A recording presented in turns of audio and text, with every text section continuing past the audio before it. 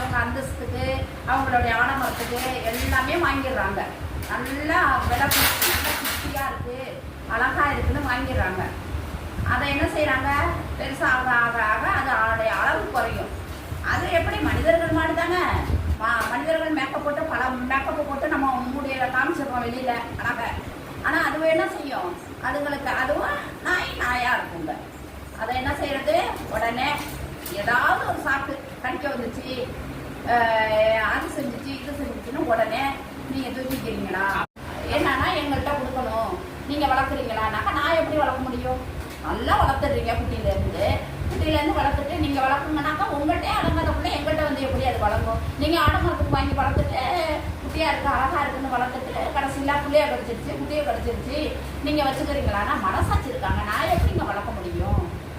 நான் சின்ன பிள்ளையிலேருந்து வளர்க்குறதே மிஸ்டேக்காக இருக்கிறது தான் நீங்கள் என்ன யார்கிட்ட கொடுப்போன்னு அலையிறீங்க. எங்கள்கிட்ட வந்து எப்படி இருக்கும் அது? ஏங்க வளர்க்குறீங்க?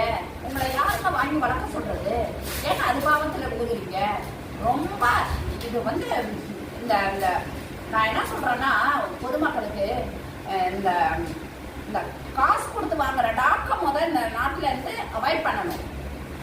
இல்லை காசுக்கு விற்கிறாங்கல்ல, அவங்க என்ன செய்யணும், அவங்க ரேஷன் கார்டு வாங்கிக்கணும், அவங்களுடைய ஃபோட்டோ வாங்கிக்கணும், அவங்களுடைய அட்ரஸ் வாங்கிக்கணும், அவங்கள்ட்ட எல்லா ப்ரூஃபும் வாங்கிட்டு டாக்கு கொடுங்க. இது வந்து உங்க விட்ட வீரல் கட்டில் இல்லை, இன்னைக்கு அடிபட்டு போயிடுச்சுன்னா நாளைக்கு ஒரு தட்டை தூக்கி கொடுக்க. இது வந்து உயிர் தெரியுமா? உங்களுக்கு முடிஞ்சா நல்லா எல்லா பக்கமும் சொந்த வீடு நல்லா பார்க்கறதுக்கு ஆள் அடுத்தடுத்து இருக்கணும். அப்படி இருந்தால் டாக் வளங்க.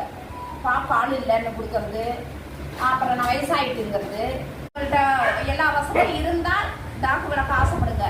அதேமாரி காசுக்கு விற்கிறவங்க நீங்கள் வியாபாரத்தை பயன்படுத்துகிறத வச்சுக்கிட்டு நீங்கள் யாருக்குனாலும் டாக்கு கொடுக்காதீங்க. வியாபாரம் பண்ணுற நீங்கள் கரெக்டாக கண்ட்ரோலாக வியாபாரம் பண்ணுங்கள். இன்றைக்கி நீங்கள் குட்டியில் விற்று வியாபாரத்தை பார்த்துருக்கீங்க, அது அவஸ்தை எவ்வளோ படு தெரியுமா? அந்த நாட்டில் அவங்கவுங்களும் கொண்டு வந்து பஸ் ஸ்டாண்டில் விட்டுறது, ரோட்டில் விட்டுறது, அதை வளர்த்து ஒரு 5 வருஷம் 3 வருஷம் வீட்டுக்குள்ளே வளர்க்குறீங்க, அதை கொண்டு வந்து ரோட்டில் விட்டால் அது எப்படிங்க ரோட்டில் கிராஸ் பண்ணும்? ஒரு பஸ்ஸை பார்த்து ஒதுங்கும், ஒரு மனுஷரை பார்த்து ஒதுங்கும். நீங்கள் மட்டும் உங்கள் இஷ்டத்துக்கு விளையாடுறீங்களா? டாக்கோட உயிரோட மட்டும் விளையாடாதீங்க, உங்களோட இயற்கை விளையாடுங்க.